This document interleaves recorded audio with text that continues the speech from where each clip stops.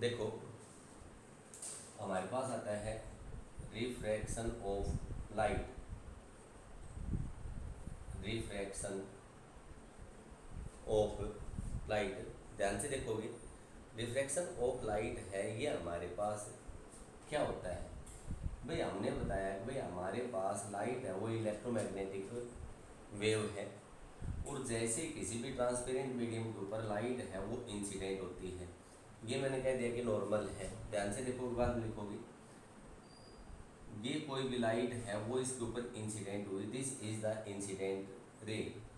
ये हमारे पास angle of incidence आई है। जैसे लाइट टकराई, टकराने के बाद कुछ पार्ट है वो हमारे पास रिफ्लेक्ट हो जाता है और कुछ पार्ट है इसके अंदर से पास हो जाता है। ये इंसिडेंट रे है। This is the reflected ray and this is the refracted रे।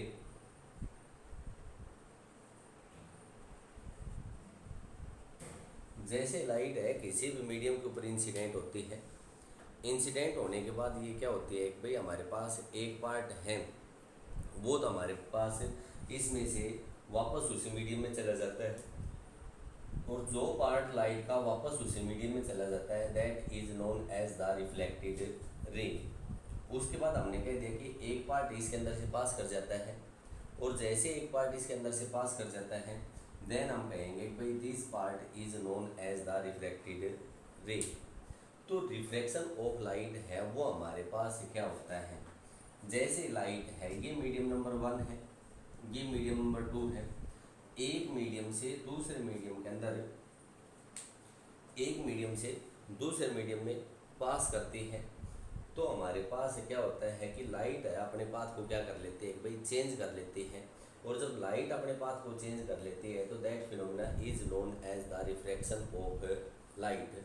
लिख लो इसको, रिफ्रैक्शन ऑफ लाइट के अंदर लिखो, it is the phenomena of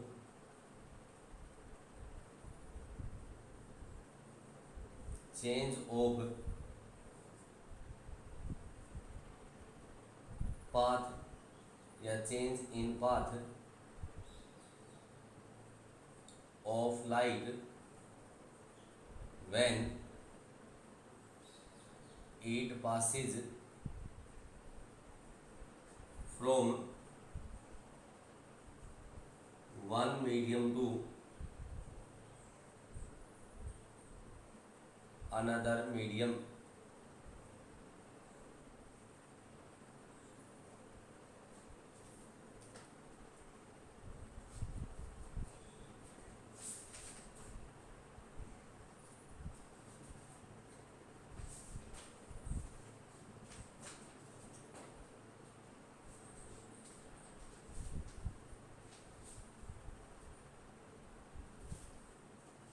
from one medium to another medium।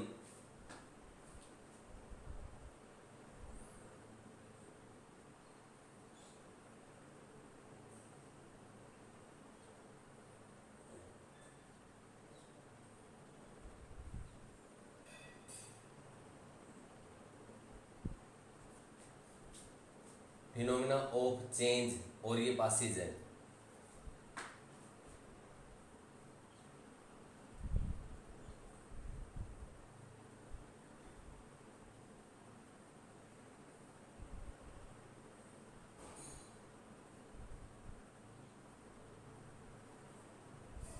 आगे लिखो, laws of refraction, laws of refraction, laws of refraction. अब आप यहाँ पे ये कह सकते हो, देखो ये मैंने आपको बताया कि भाई ये हमारे पास कोई भी मीडियम नंबर 1 है, ये हमने कह दिया कि दिस इज मीडियम नंबर 2। ये कोई भी मैंने बताया कि आपके पास नॉर्मल है, ये लाइट है, ये इसके ऊपर इंसिडेंट हुई है, this is the incident ray. कुछ पार्ट है इसके अंदर से हमारे पास क्या हो गया कि रिफ्लेक्ट हो गया, इसको मैंने कह दिया कि भाई दिस इज द रिफ्लेक्टेड रे। ये हमारे पास बच्चों है रिफ्लेक्टेड रे। और एक पार्ट है ये हमारे पास क्या हो गया आपके पास, this is the refracted ray, refracted ray. अब यहाँ पे सबसे पहले इसका पहला ला आता है, पहले तो ये डायग्राम बना लो, दिस इज इंसिडेंट रे,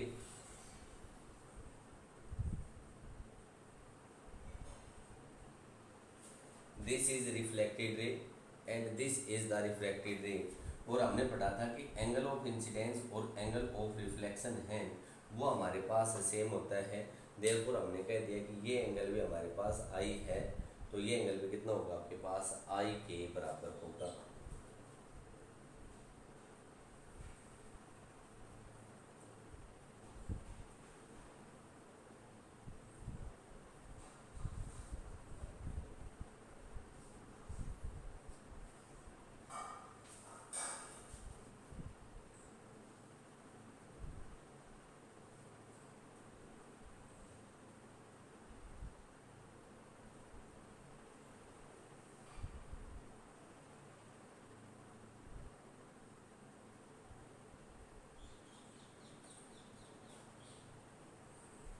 देखो आगे लिखो, लॉज ऑफ रिफ्रैक्शन में पहला पॉइंट लिखो, पहला पॉइंट लिखो, the incident ray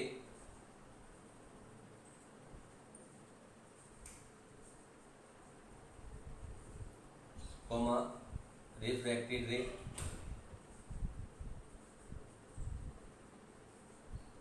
and normal lies incident ray, refracted ray and normal lie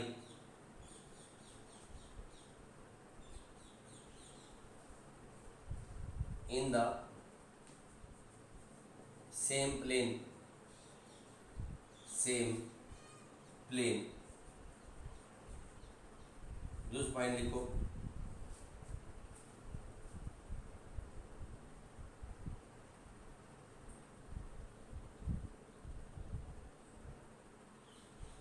दूसरा पॉइंट लिखो बच्चों,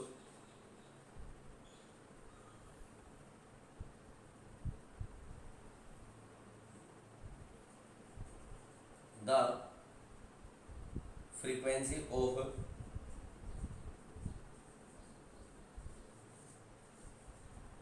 light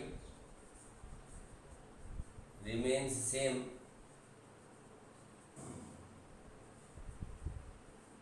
whereas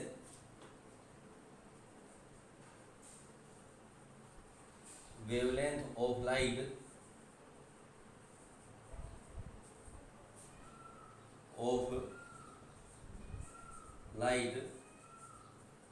will changes when it changes the medium,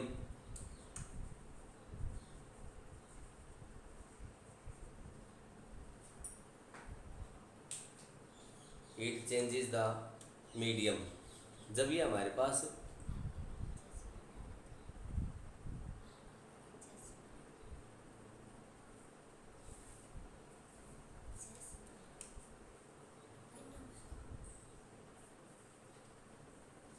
हाँ जी लिख लिया ये, तीसरा पॉइंट लिखें, द साइन ऑफ द, तीसरा पॉइंट लिखें,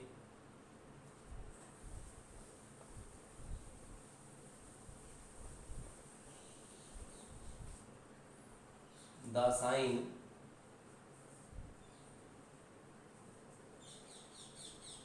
ऑफ द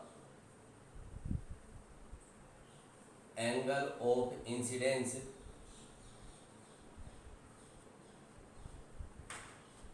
द रेशो करो इसमें, the ratio of sine of the angle of incidence to the sine of angle of refraction is always constant, is always constant. The ratio of sine of the angle of incidence to the sine of angle of refraction is always constant.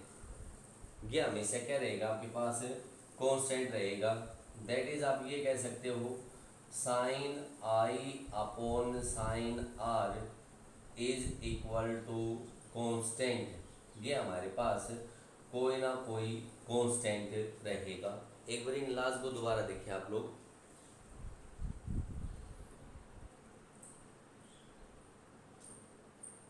सबसे पहला ला मैंने बताया आपको बेटा, ये देखें आप ध्यान से देखेंगे, ये पहला मीडियम था, ये दूसरा मीडियम था। मैंने ये बताया कि भाई हमारे पास ये नॉर्मल है, यहाँ से ये कोई भी लाइट है, ये इंसिडेंट हुई है। इंसिडेंट होने के बाद इसने अपना पाथ है वो चेंज कर लिया। ये इंसिडेंट रे थी, ये एंगल ऑफ इंसिडेंस था, ये रिफ्रैक्टेड रे थी। नॉर्मल और जो रिफ्रैक्टेड रे है इनके बीच का जो एंगल बन गया वो एंगल ऑफ रिफ्लेक्शन हो गया। पहला ला बताया कि हमने इंसिडेंट रे, देखो यहाँ पे इंसिडेंट हुई है, नॉर्मल भी यहाँ पे और रिफ्लेक्टेड रे भी यहीं पे है। तो हमने बताया है कि ये हमारे पास क्या होने चाहिए, इनका इंटरफेस है वो सेम प्लेन में होगा। इनका इंटरफेस है वो कहाँ पे रहेगा, आपके पास सेम प्लेन में होगा। दूसरा मैंने बताया कि जैसे लाइट है पहले मीडियम से और दूसरे मीडियम में जाएगी, फ्रीक्वेंसी है वो तो हमारे पास चेंज हो जाएगी, बट वेवलेंथ ऑफ लाइट है frequency will remain same, but wavelength of light है वो हमारे पास क्या हो जाएगी, आपके पास चेंज हो जाएगी। और तीसरा जो इम्पोर्टेंट ला है जिसका हम कंटिन्यूसली बार बार यूज करेंगे वो ला बताया है sine I upon sine R is always remains constant. Sine I upon sine R है ये हमेशा क्या रहेगा, आपके पास कांस्टेंट रहेगा। And this constant is known as the refractive index. और आप ये लिख सकते हो sine I upon sine R is equal to N और म्यू। कई जगह लिखा मिलेगा आपको एन लिखा मिलेगा, कई जगह लिखा मिलेगा आपको म्यू लिखा मिलेगा। और आप साथ साथ लिखो एन या म्यू है, इसको हम क्या कहते हैं भाई, रिफ्रैक्टिव इंडेक्स। रिफ्रैक्टिव इंडेक्स का नाम देंगे, this is refractive index.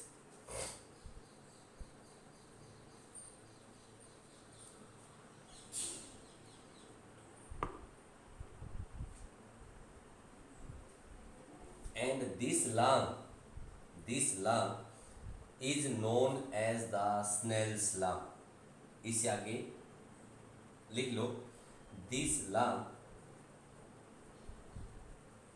Is known as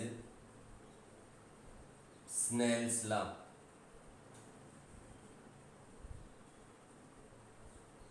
this law is known as Snell's law.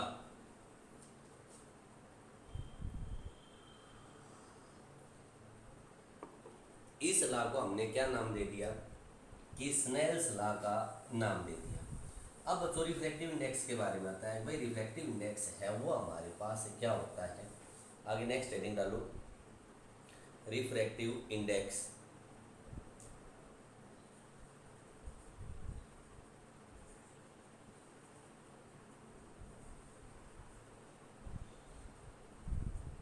Mu और एन। रिफ्रैक्टिव इंडेक्स है ये हमारे पास क्या होता है, लिखो it is the ratio of speed of light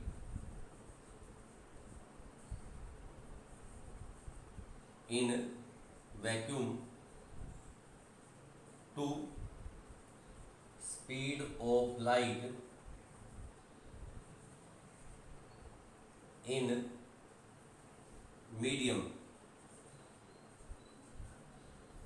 It is the ratio of speed of light in vacuum to the speed of light in medium.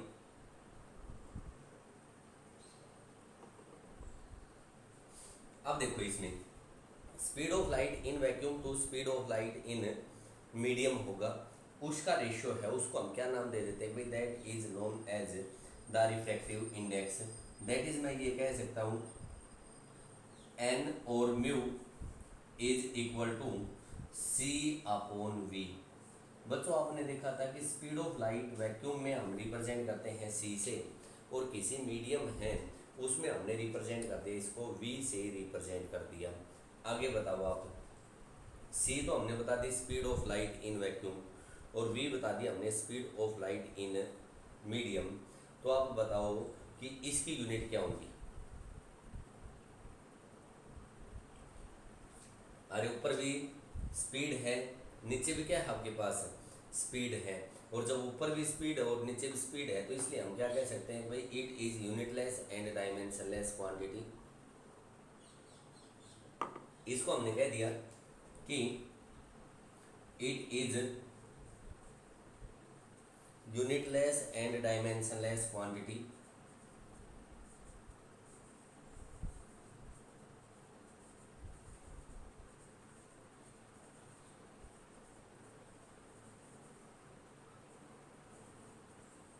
ये हमारे पास यूनिटलेस और डायमेंशनलेस क्वांटिटी है।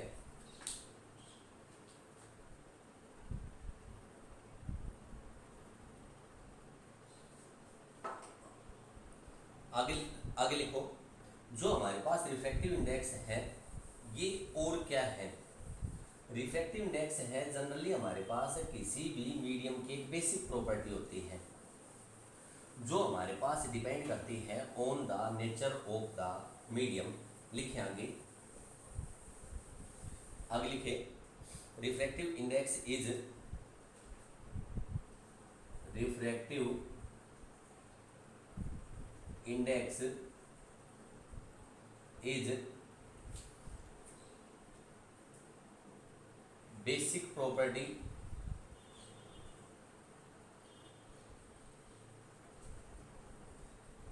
of the medium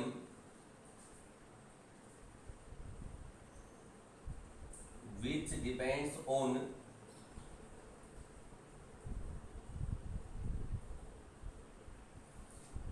nature of medium।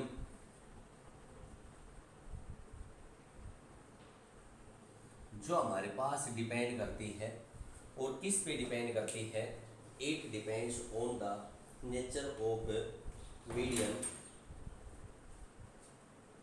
and wavelength of light, wavelength of light। जो हमारे पास wavelength of light है उसके ऊपर भी हमारे पास डिपेंड करती है। एक हमारे पास बच्चों इसमें आता है रिलेटिव रिफ्रैक्टिव इंडेक्स आता है। तो रिलेटिव रिफ्रैक्टिव इंडेक्स है वो हमारे पास क्या होता है, इसको ध्यान से देखेंगे। उससे पहले मैं आपको बताता हूँ कि भाई हमारे पास है ना दो टाइप के मीडियम होते हैं, टू टाइप्स ऑफ मीडियम। दो टाइप के मीडियम होते हैं।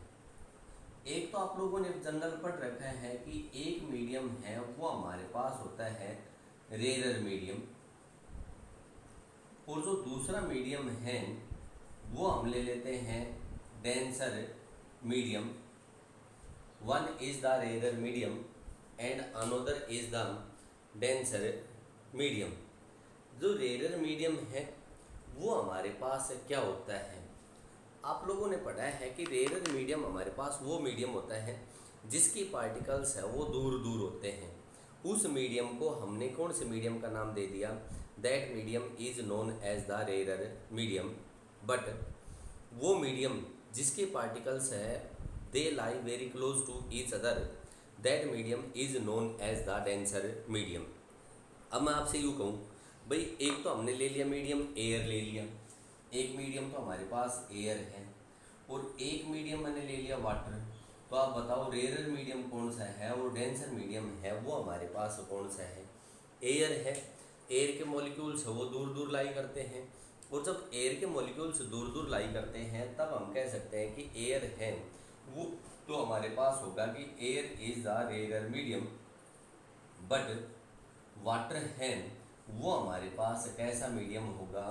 डेंसर मीडियम होगा। बट मैं अगर आपसे यूँ कह दूँ कि एक तो मैंने ले लिया वाटर ले लिया, और एक मैंने ले लिया गिलास ले लिया, तो वाटर और गिलास के में कौन सा रेयर मीडियम है और कौन सा हमारे पास डेंसर मीडियम है? तब हम कहेंगे वाटर है वो तो हमारे पास गिलास के कंपैरिजन में रेयर मीडियम है, बट गिलास है वो कैसा मीडियम होगा आपके पास? डेंसर मीडियम होगा।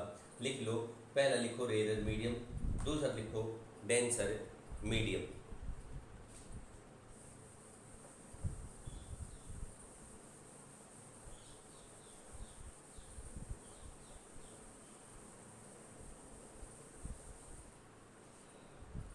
एक तो हमारे पास है बच्चों रेयर मीडियम, और दूसरा मैंने बताया आपको कौन सा मीडियम बता दिया? डेंसर मीडियम बताया है। रेयर मीडियम और डेंसर मीडियम की कोई डेफिनेशन नहीं लिखेंगे। जब रेयर मीडियम होता है ना, तो जब भी आप रिप्रेजेंट करोगे, रिप्रेजेंटेशन करोगे, तो आप हमेशा याद रखोगे कि रेयर मीडियम को मीडियम नंबर 1 से रिप्रेजेंट करेंगे, और डेंसर मीडियम है उसको हम किससे रिप्रेजेंट कर देंगे? मीडियम नंबर 2 से रिप्रेजेंट करेंगे। अब हम जनरल की पढ़ते हैं, ये लिखा मैंने 1 and 2, 1 and 2, या कई बार हम इसको क्या लिख देते हैं? N12।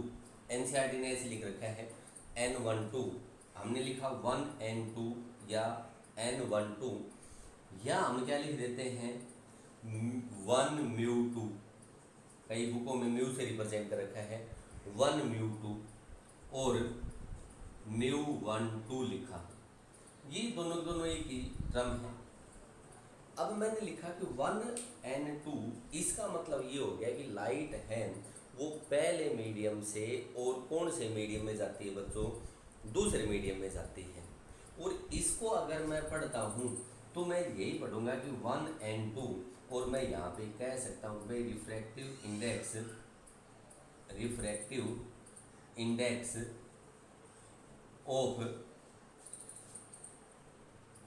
Second medium of medium 2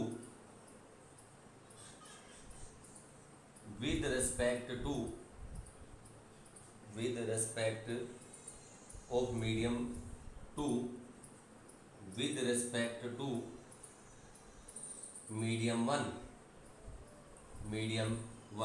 चाहे 1 and 2 लिखा, चाहे N12 लिखा, या 1 म्यू 2 लिखा, या म्यू 1 2 लिखा, तो इसका मतलब क्या हो गया कि रिफ्रैक्टिव इंडेक्स है वो दूसरे मीडियम का है, और किसके रिस्पेक्ट में है बच्चों?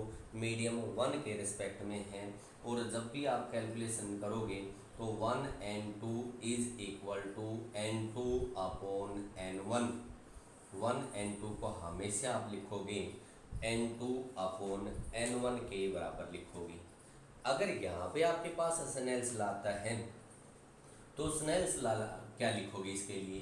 भाई लाइट है वो पहले मीडियम से दूसरे मीडियम में जा रही है, this is equal to sine I upon sine R. लिखना नहीं है ये बड़ा, ये मैंने जनरल बताया है। क्या बताया मैंने? 1 and 2 is equal to sine I upon sine are.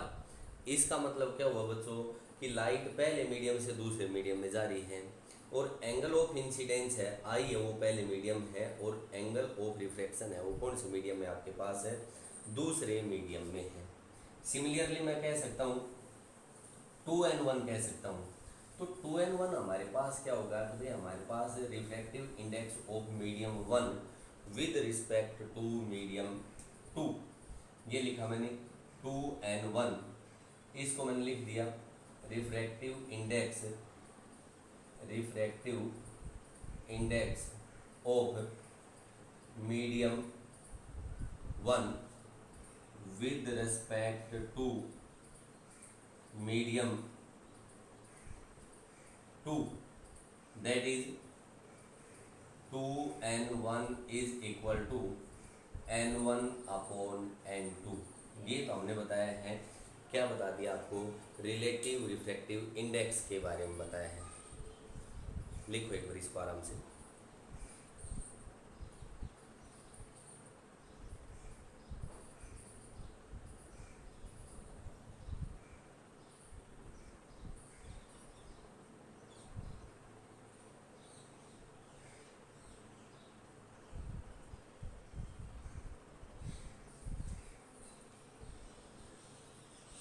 ये हमने बताया 2n1 और 1n2 के बारे में बताया। उसके बाद देखो, एक मैंने आपको बताया कि भाई एक ऑप्टिकली रेयर मीडियम होता है, एक ऑप्टिकली डेंसर मीडियम होता है। ऑप्टिकली रेयर मीडियम हमारे पास वो होता है कि जिसके अंदर पार्टिकल्स हैं वो दूर दूर लाई करते हैं। ऑप्टिकली डेंसर मीडियम हमारे पास वो मीडियम होगा कि जिसके पार्टिकल्स हैं वो ऑप्टिकली हमारे पास क्या करते हैं कि भाई क्लोज क्लोज लाई करते हैं।